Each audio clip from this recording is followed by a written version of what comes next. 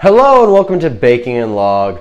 My name is Gunnar Larson and today we're going to be making some Danish pastries. We're going to be making Butterhorns, and since Denmark is a Scandinavian country, I have on my Viking shirt. This is very nice. I enjoy this because I am part Viking myself. I'm making Butterhorns because my papa always used to bring these to my dad and my uncles when they were younger.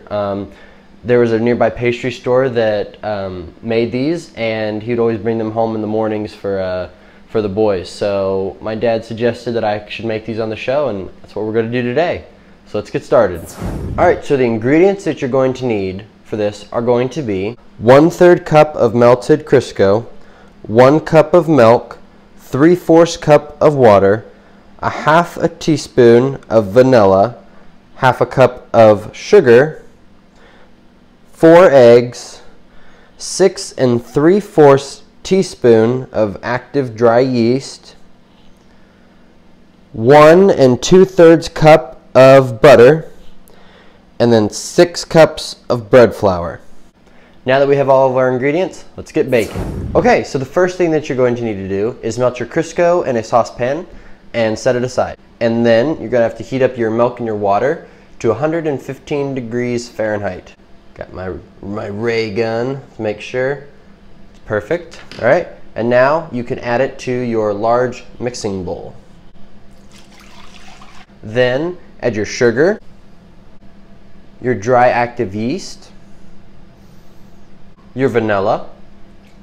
Then with your eggs, you're going to crack them in a small bowl, whisk together, and then pour it in. It's going to make it easier so you're not splashing everything around in here while you're trying to whisk your eggs together. Now add your whisked together eggs into your yeast mixture. And then you want to whisk this together until it's nice and smooth.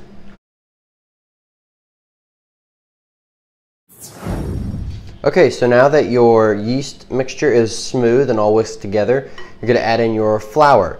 You're going to add in about 4 cups, so that's about 2/3 of your mixture here. And you're going to add in your melted crisco. Then mix together.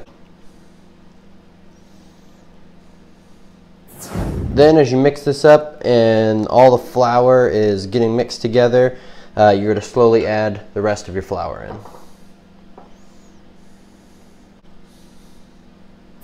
As the dough starts to get firmer and it gets harder to mix it together with just a spatula, start using your hands and get in there and get your hands dirty. Okay, so now we're going to roll out our dough. First, you're going to take some flour. This doesn't have to be bread flour, it can just be regular flour. And you're going to sprinkle your work area, and then sprinkle your hands. Now you're going to take your dough and you're going to put it on your floured surface. If you notice any sticky parts, go ahead and flour them. So I see a couple. Just going to flour my dough a bit. Now with a rolling pin, you're going to roll this out into a rectangle, and you want it to be about 1/4 inch thick.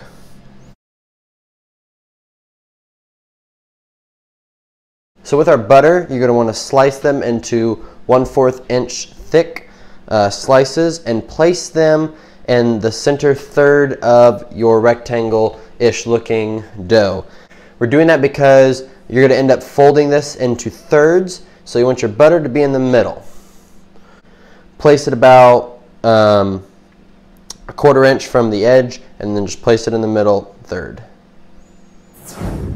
Now that you have your butter lined in the center third, you're going to take your dough and fold it into thirds. So you're going to take this, stretch it over into third there. You're going to take this part and you're going to stretch it over there.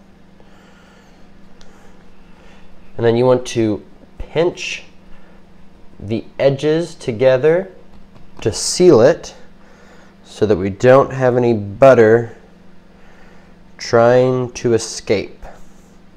But if the butter does come out, simply put it back in the dough and just kind of push, then pull the dough over to cover it up. All right, so now that we have our dough here sealed, we're gonna take our rolling pin and we're gonna roll it back out.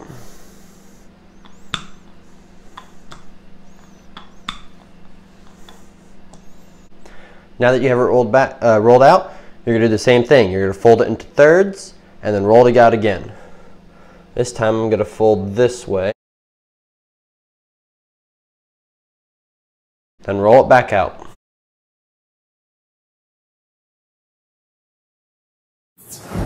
After you've rolled it out the second time, you're going to fold it into thirds again.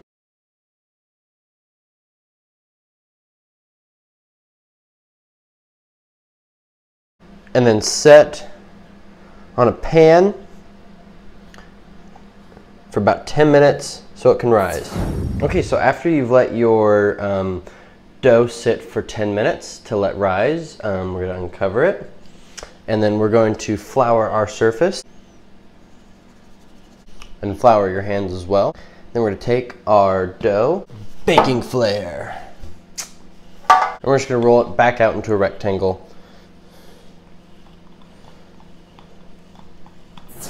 Now that you have your dough rolled back out, you're going to take the farthest end to you and you should start rolling it towards you.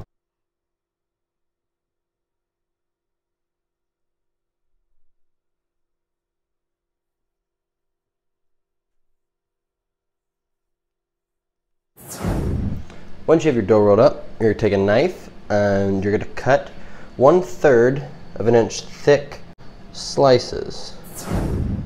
Once you have it cut out, you're going to put them onto a cookie sheet sprayed with non-stick cooking spray.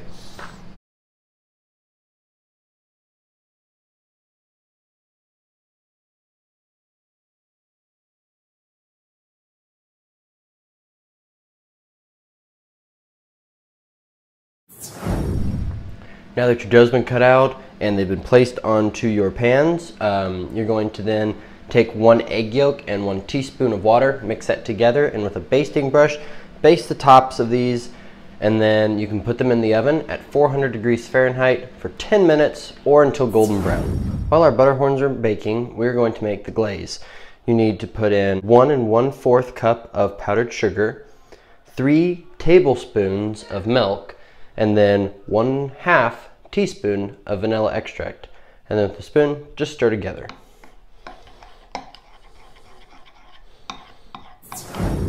Alright, so now that our butterhorns have come out of the oven, it's time to put on our glaze and then just drizzle it across.